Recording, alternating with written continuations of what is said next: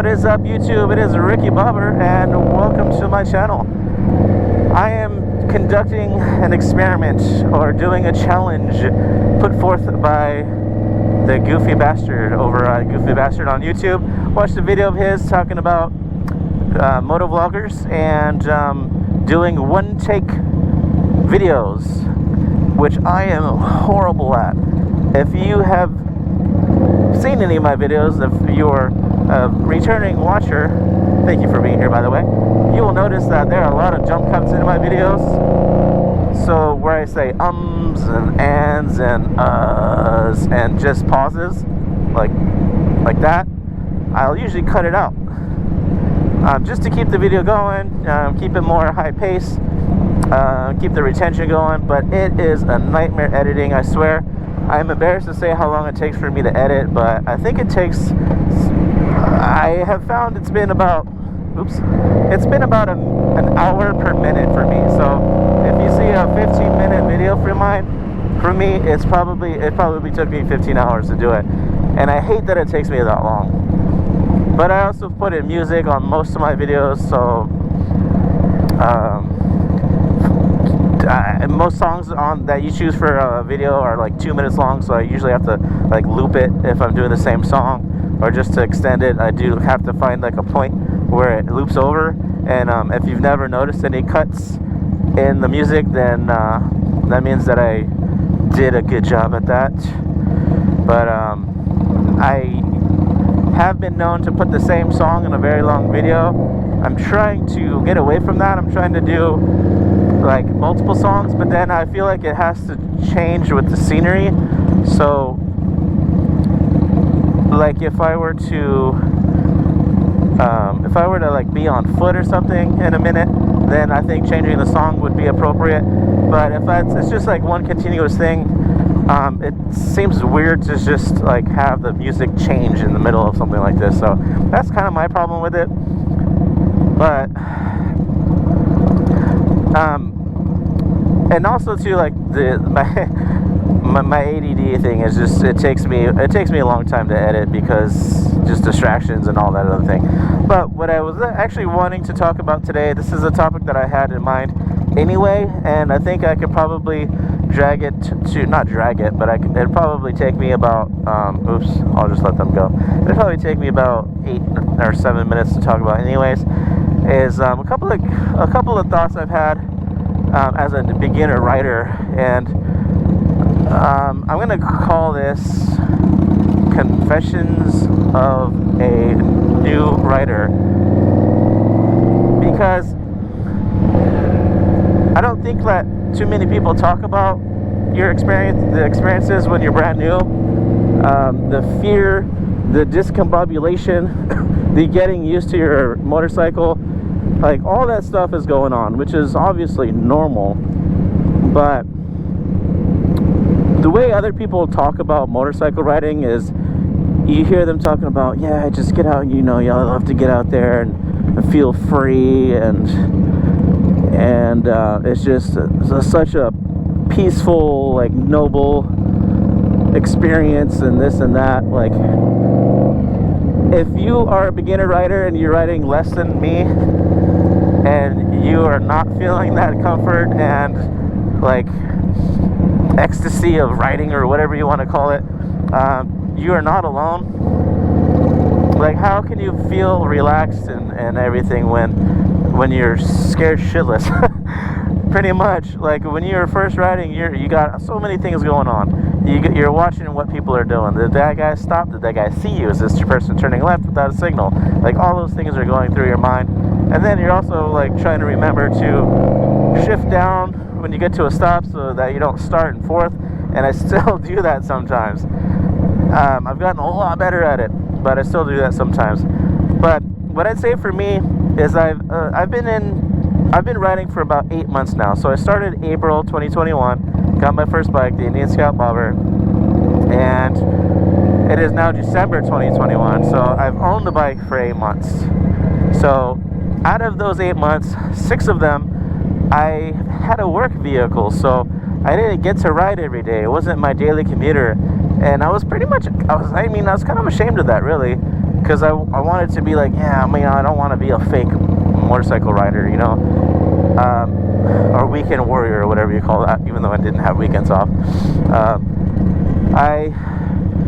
I like that I get, so I didn't get to that part. So I do ride to work now. I do have a different job. It's I got it in October, and I do commute every day now. So I do basically ride twice a day, and I'm getting a lot more experience under my belt. In fact, I had about 500 miles on my bike when I got the new job. Now I have about 1,200 miles on it. So I've done most of my riding in the last 2 months, and it has really accelerated my confidence and my ability and skill. So if you're new and you're just feeling like you're not really getting the hang of it, it really takes practice, just like everything else. Excuse me for a second. Oh my goodness, that is gross. I gotta keep this video going though. I apologize for that. Sorry you had to hear that. Yeah, I'm at 6 minutes. So I'm not saying I'm completely comfortable yet. Like I am kind of right on the edge of getting from like beginner rider to like feeling comfortable, and I don't know, whatever term you want to say, that's sort of like second skin on the bike, like becoming one with the bike or whatever. Like that didn't happen until recently. But it's not happened completely. Like there's still a lot of things I haven't done yet. Like I honestly have not scraped my pegs yet. I'm like, when does that happen? When do I get to scrape my pegs? I mean, I still feel like I'm turning okay. I just haven't been anywhere that requires me to lean it that far. So I haven't scraped my pegs yet. I haven't really been on any like twisty roads like around a mountainscape or anything. That is on my bucket list. There's a couple places here in San Diego that are on my bucket list that I want to go to, and one of them is like Julian. If you're from here, you know Julian's out in the mountains. It's about, I would say, about an hour away, and a lot of twisty roads. It's not the craziest ever, but there's this other one that's been on my bucket list since before I even started riding, and that's out in Anza Borrego. Am I allowed to put a? Yeah, I'll put a picture-in-picture little square up here. There's a dragon sculpture out there that I really want to go out to and take a photo. I'll put it right there. So I'm still keeping my timer on to make sure I'm not cheating. So I want to go out there, but the road out there is like, I'd say maybe like an hour and a half, 2 hours. And it's really windy. It's a lot of downhill, uphill, windy stuff. So for me, that is like, I'm not ready for that until I'm completely comfortable. That's like, okay, I've graduated, I'm ready to go on my advanced riding. I am definitely not ready for that. She was covering her eyes. Is my beam up that high? This is regular, not even high beam. But I'm at 8.5 minutes, but I'm pretty close to home. I don't want to show you where I live. But there's a couple other places that I had on my riding bucket list, I guess you could say, that I do think I'm ready for. And one of them is the Coronado Bridge. Like, I don't know, it's probably nothing to everybody else, but to me, riding on the Coronado Bridge is an achievement for me. In fact, you know what? I could fucking do it right now. I could totally do it right now. Why not, ladies and gentlemen? I mean, it is nighttime. But the Coronado Bridge it's about, I'd say maybe, I'm not really good with miles, maybe a quarter mile to a half a mile bridge that goes over San Diego Bay. It's curvy, it's up in the air, so it's windy. And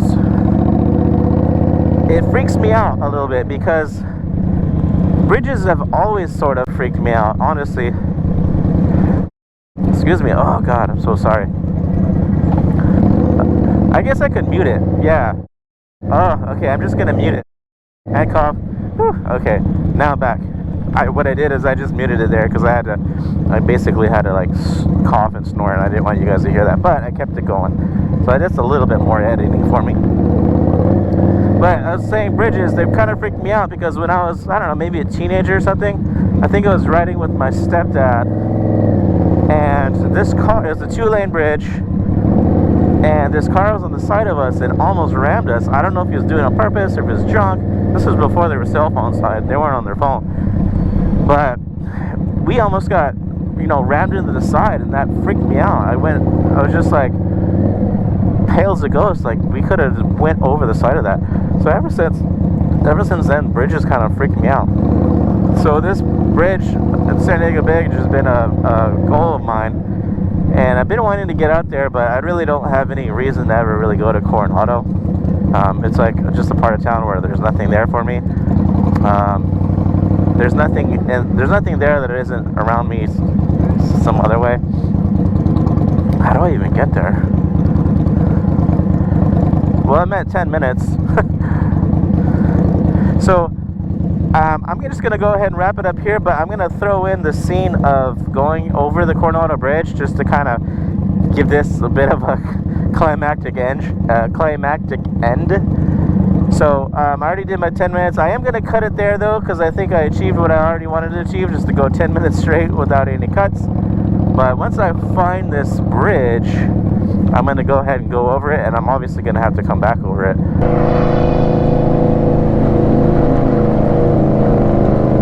I'm gonna go ahead and montage it up for you over here.